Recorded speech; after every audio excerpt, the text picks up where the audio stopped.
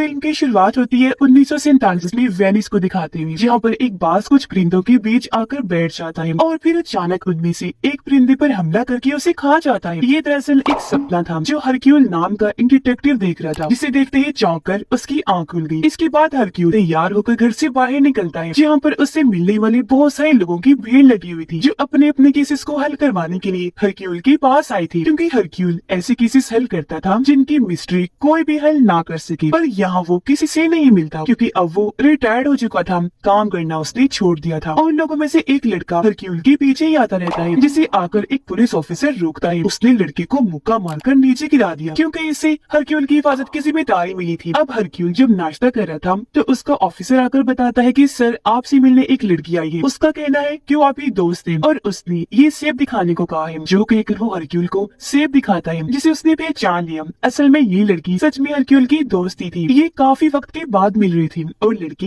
एक काफी बड़े राइटर या हरक्यूल की दोस्त वो राइटर उसे बताती है कि शहर की मशहूर सिंगर जिसका नाम रिवोना है, उसकी बेटी की कुछ वक्त पहले ही बड़ी अजीब तरह से मौत हो चुकी है। कहा जा रहा है कि वो बीमार थी और मरने से कुछ दिन पहले ही उसने अपनी मंगनी तोड़ दी थी। आज क्योंकि हेलोवीन है तो इस वजह से उनके घर में पार्टी है। हेलोवीन यानी ऐसा त्योहार जिसमें लोग अलग अलग होलियां बना के आते हैं। राइटर का कहना था कि आज रात वो लोग अपने घर में एक प्रीस्ट औरत को बुलाएंगे, जिसका ताल्लुक भूत आत्माओं पर यकीन रखने वाली फैमिली से है, जो महसूस करके बताएगी कि घर में भूत है, क्योंकि उस घर को हॉन्टेड भूतिया माना जाता है, जहाँ वो लोग भूतों से बातें भी कर सकते हैं। मैं चाहती हूँ हरक्यूल तुम लाजमी आओ, बहुत मजा आएगा और वहाँ तुम उस प्रीस्ट औरत को गलत साबित करके दिखाना कि भूतों जैसी कोई चीज नहीं होती। अब पहले तो हरक्यूल ने मना कर दिया, ये कहकर कि मैं रिटायर्ड हो चुका हूँ। पर जब उसकी दोस्त ने ये कहा कि हम शाम को रिवोना की पार्टी में मिलते हैं तो वो मान गया। अब शाम को सारे लोग पार्टी में आने लगे और आज क्योंकि हेलोवीन की रात है तो बच्चों को जमा किया हुआ था। यहाँ शो के जरिए सबको बताया गया कि काफी वक्त पहले शहर में जानलेवा बीमारी फैल गई थी। डॉक्टर्स और नर्सिस ने इलाज करने के बाद बच्चों को छोड़ दिया, पर सबकी ये मौत हो गई। कहा जाता है कि उन बच्चों की आत्माएं आज भी इस घर में मौजूद हैं। पर अब फिक्र न करें, आज हम यहाँ पार्टी करेंगे। बच्चे काफी खुश हो गए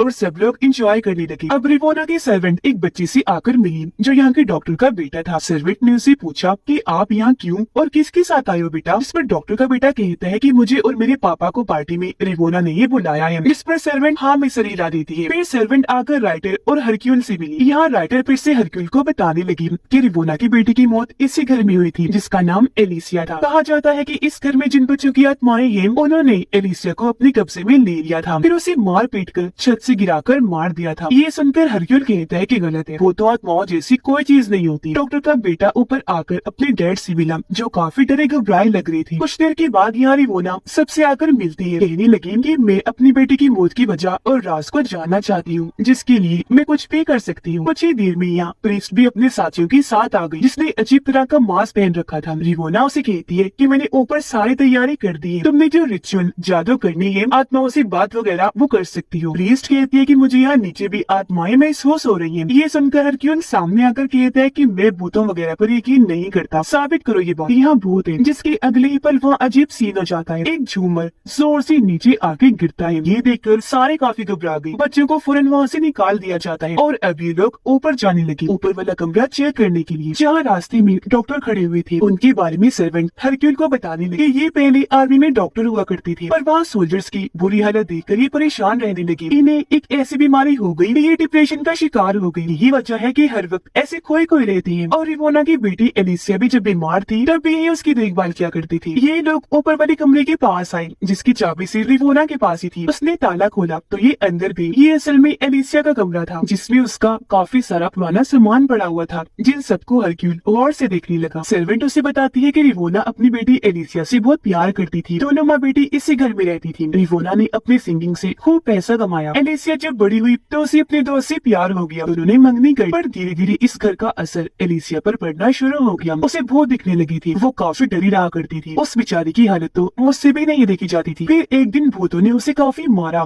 उसके जिस्म पर बड़े बड़े जख्म कर दिए, जिसके बाद उसके जिस्म पर अपना कंट्रोल किया और छत से गिराकर मार दिया। अब तभी यहाँ एलिसिया का मंगेतर भी आ गया। वो कार्ड दिखाकर पूछता है कि इस पार्टी में मुझे किसने आने की दावत दी है, हालांकि मैं आना नहीं चाहता था। रिवोना उसे कहती है कि ये पार्टी मेरी है और मैंने तुम्हें नहीं बुलाया। जिस बात को लेकर दोनों की बहस हो गई और इससे हमें अंदाजा हो गया कि ये दोनों एक दूसरे को खास पसंद नहीं करते। कुछ ही देर में सब लोग रिचुअल आत्माओं से बात करने के लिए जमा हो गई। सबको बताती है कि मैं